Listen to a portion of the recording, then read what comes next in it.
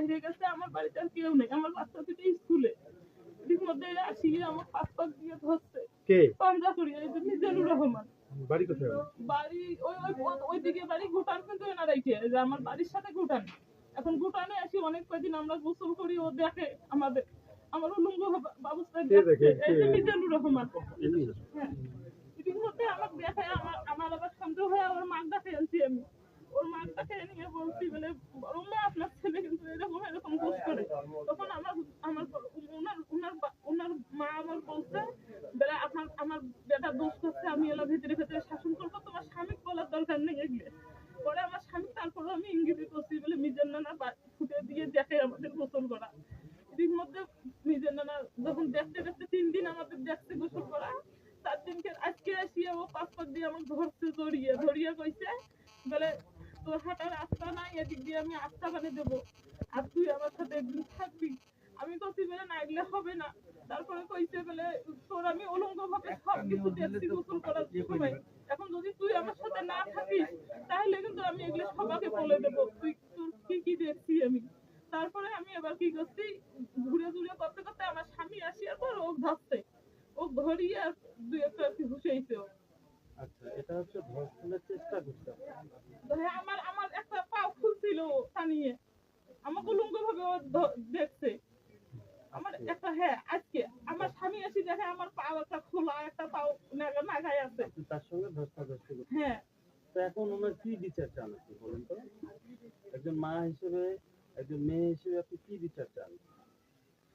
আমি কি চাই, এরকম এরকম মানুষ দুনিয়ার না থাকায় ভালো। আমার সাথে যে ব্যবহার করছে কয়েকদিন পর আমার মেয়ের সাথে এরকম হতে পারে, অন্য মহিলার সাথে এরকম হতে পারে, আমি ওর ফাঁসি চাই। ঠিক আছে। হ্যাঁ, মিজানুর রহমান, আপনার বাসা কোথায়? মাথার এরা একটু ক্যামেরা কোথায় নাম বলেন, জায়গার নাম বলেন। মাথা তোলেন একটু, তুলে জামুট্টারি। আপনি কি করছেন? উনি যেটা বললো এটা কি বললো? বলেন। আমি গোডাউনের সামনে দাঁড়িয়েছিলাম, ওনার স্বামী যাওয়ার পরে উনি আমাকে ইজিরা করছে। না আমি দেখাই নাই, ইজিরা করার পর উনি আসার পরে আমার কাছে 1200 টাকা নিচ্ছে, 1000 টাকা নোট, একটা 200 টাকা নোট। কি জন্য নিল আপনার কাছে টাকা? নেওয়ার পরে আমাকে ডাকলো ঘরে, ওই ডাকার পর আমি আসলাম, আসিয়া আচ্ছা, আসার পর কি হলো? ঘুরে ঘুরে করছি। আসার পরে ঘুরে ঘুরে করলেন, আপনি কি করছেন? হ্যাঁ, আমি ঘুরে ঘুরে করছি। আপনি তার সাথে ঘুরে ঘুরে করছেন কেন? কি টাকা 1200 নেওয়ার পরে আমি ঘুরে ঘুরে, মানে কি উদ্দেশ্য করছেন এটা একটু বলেন। না না, আপনি টাকা 1200 ওনাকে দিচ্ছেন, কি জন্য দিচ্ছেন? হাওলা পেয়েছে। আর আপনি এসে ওনার ঘরে ঢুকে, আপনি ঢুকলেন ওনার ঘরে, আমাকে দিয়ে করে আনার পরে আপনি ঘরে ঢুকলেন ওনার, ঢোকার পর বাদিকের পরে কথাটা দিচ্ছে, আপনার এগুলো রক্ত মুখে কেন? কিসের? মারছে আমার কে মারছে আপনাকে? বাড়ি মার। বাড়ির মালিক। উনি দাবি করলো যে উনি গোসল করার সময় ফুটা দিয়ে দেখেন তাই না ভাই, ওনার মা দেখে, ওনার মা জানে, ও দেখছে। আমি আমার মেয়ে জানে। আমার ঘর যেখানে আছে আমি দেখি। আপনার বউ আছে? আছে, আপনার বাচ্চা আছে? বাচ্চা আছে। কয়জন বাচ্চা? কত বড় না? এই যে আপনার মেয়ে বড় হয়ে গেছে, একটা বিয়ে দিচ্ছেন, মেয়ে বিয়ে দিচ্ছেন, এখন এই বয়সে কারোর সঙ্গে হুড়োহুড়ি করা কি ঠিক? আপনার আপনাকে যে 1200 টাকা আপনি দিলেন, আপনাকে ইশারা কেউ কোনো মহিলা করলে আপনি তার কাছে চলে আসলেন কেন? নাতনি হিসেবে আসছিল। কেমন নাতনি আপনার? আমার পাশাপাশি নাতনি আপনাকে ইশারা করে ডাকলো, ঘরের ভিতরে ঢুকে আপনি হুড়াহুড়ি করলেন কেন তার সঙ্গে? সাউন্ডটা বেশি আসছে ভাই। কি হুড়াহুড়ি করলেন? কি হুড়াহুড়ি করলেন তার সঙ্গে? বলেন।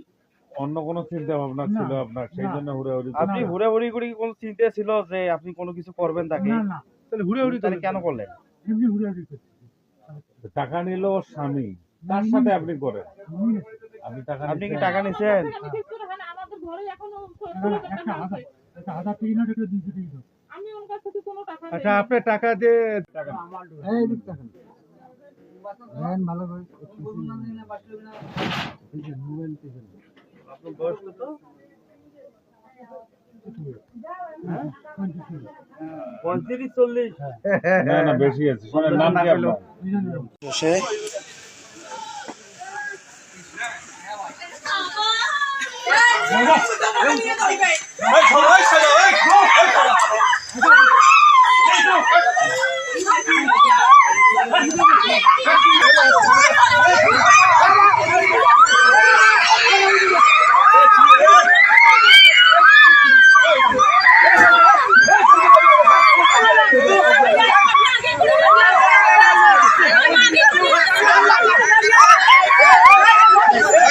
এই সেই